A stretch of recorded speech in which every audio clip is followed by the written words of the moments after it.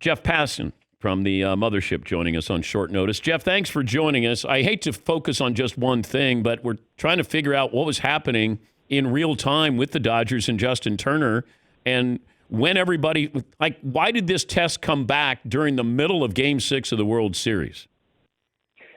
Boy, is that a great question, Dan. And now there are two things that I'm still a little confused about. The first is that I was told that the tests from Monday, which should have been back before game time on Tuesday, before Game 6, had not arrived. The results arrived in the second inning, and they said that Justin Turner's test was inconclusive. It showed some signs that he might be positive, and right around then, the tests that were taken on Tuesday, the day of Game 6, had arrived in Utah at Major League Baseball's lab for COVID-19 testing. And they said, don't rerun that original inconclusive test. Let's just go straight to the new one and spin that sucker. And it takes about 2 hours to get results.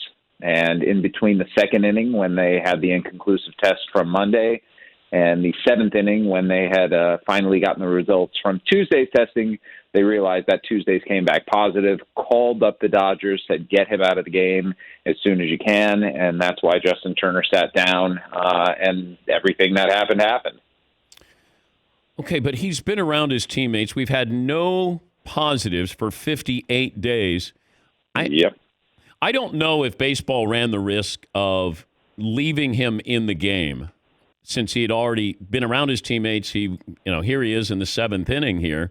I don't know if reporters, I don't know if you or Kenny Rosenthal, like you guys found out and baseball had to do this. I mean, I hate to be cynical or skeptical with this, but it's kind of crazy. It's just what unfolded, right? It's totally crazy, and it's totally ridiculous.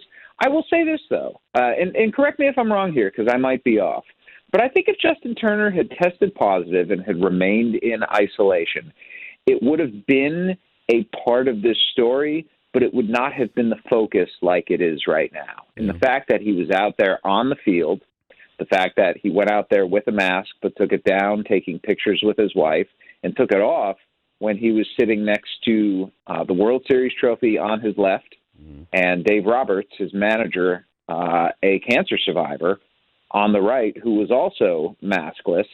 Andrew Friedman talked about the optics and how the optics were bad, if that's the case, and the optics were bad. But, I mean, it goes beyond optics, too, right? Like, it's a health thing. And it's a bummer that baseball had done as well as it had for as long as it had. And then when something like this happened, it was pulled off in such a slipshod, just ugly way. And I don't think, you know what, to me, I don't think it takes away from what the Dodgers did and from the meaning of this. I think when we look back 5 or 10 years from now, we're going to look back and say that the Dodgers won the World Series for the first time in 32 years. But in the moment, it feels wrong, and it looked wrong. And, you can have a lot of excuses. You can say he's been around his teammates and people in the organization in close quarters. He rode the bus with them over to the park that day, a 20-minute bus ride. So clearly he was, close enough to people for more than 15 minutes that they're pretty much all going to be contacts with him at this point, and that all the people who he ran into on the field were people who he had run into already otherwise. But even still, baseball had done such a good job up until this point, and it's unfortunate that it went the way that it did. Yeah, imagine if there was a Game 7. Like, oh my goodness! Like, it's interesting you say that, because let's say Blake Snell hadn't been pulled out of the game. Let's say he continued to shove the way that he was, and Justin Turner's COVID test came back positive. Number one, Justin Turner's not going to be playing in a Game 7. Number two, it's going to be at least 2 days until another Game 7. And if there are more positive tests that come in, it's going to delay it again and again and again. And we're just going to be sitting here for Lord knows how long while this whole thing happens. And, I hope like hell that there are no other positive tests that come back. But if there were, imagine that these players have to sit out, upward of 2 weeks, and the Dodgers are going out there for a Game 7 playing with a roster that's, 3/4 its normal size, that they're missing multiple players who they would have there in a normal situation. Major League Baseball is thanking its lucky stars right now that this was the outcome. We're talking to Jeff Passan from ESPN, the great baseball reporter.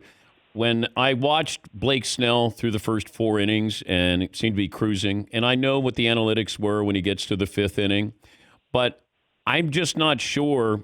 This got the Rays here. I understand that they are based in analytics. I just didn't know if anybody talked to anybody like the catcher.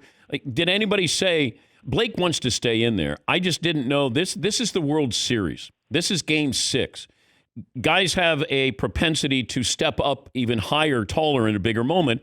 I didn't know if Blake Snell all of a sudden was not getting bite on his curveball, didn't have velocity, didn't have location. All I know is what Mookie Betts said after the game, Jeff. He's like, basically, thank God he got out of there because I had a chance to get a hit. It's really interesting, and I want to make a comparison that I haven't heard a whole lot, Dan. 24 hours earlier, Clayton Kershaw was out on the mound, having gotten 2 outs on 2 pitches in the 6th inning, and Dave Roberts walked out there and got absolutely booed to death by all the Dodger fans who were at the stadium there.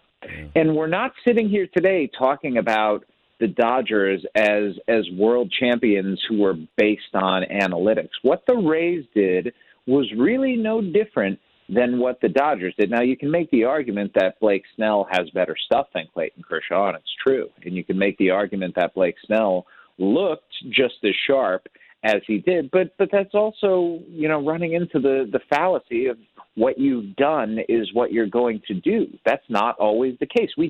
This will be like an all-time, what could have been. And we think because he was so great beforehand that he was going to continue that. And me, if I'm the manager, if I'm Kevin Cash, yeah, I'm probably keeping him in there, but I'm saying that from a position of privilege where, A, I don't have to make those decisions. Yeah, but Anderson hadn't pitched well, Jeff. That was my point is I'm bringing in a guy who has struggled. Yes. If you're going to tell me that Blake Snell, third time around, is going to struggle, I'm going to keep you in until you give up a hit. And then you know that, I know that, and then we will part ways on the mound. But until then... admittedly, Dan, he had just given up a hit. Okay. Right? Yes. Like Austin Barnes had hit the last pitch he threw, which was the 94.3 mile per hour fastball, which was his slowest of the night up the middle. Blake Snell had been sitting at 96 all night. Now, I'd like to think I'm smart enough not to base my analysis of a player on a single pitch that he threw. Blake Snell could have come out and thrown the next one at 97 for all I know. The velocity on his off-speed pitches in that inning thus far had been consistent with the other ones that he had thrown. And Mookie had not hit left-handers. He had not hit Snell.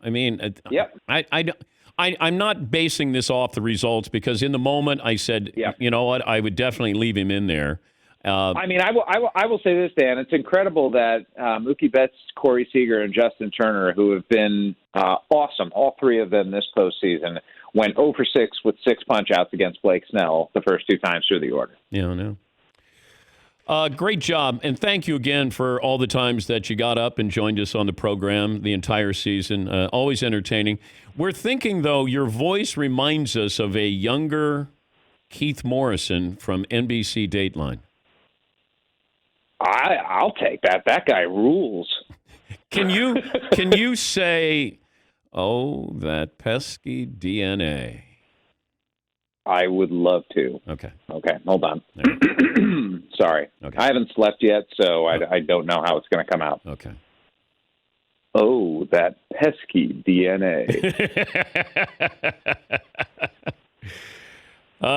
Enjoy the off season, Jeff. Thanks for joining us. Safe travels home. Gentlemen, the pleasure is always mine. Thanks for having me. That's Jeff Passan from the Mothership.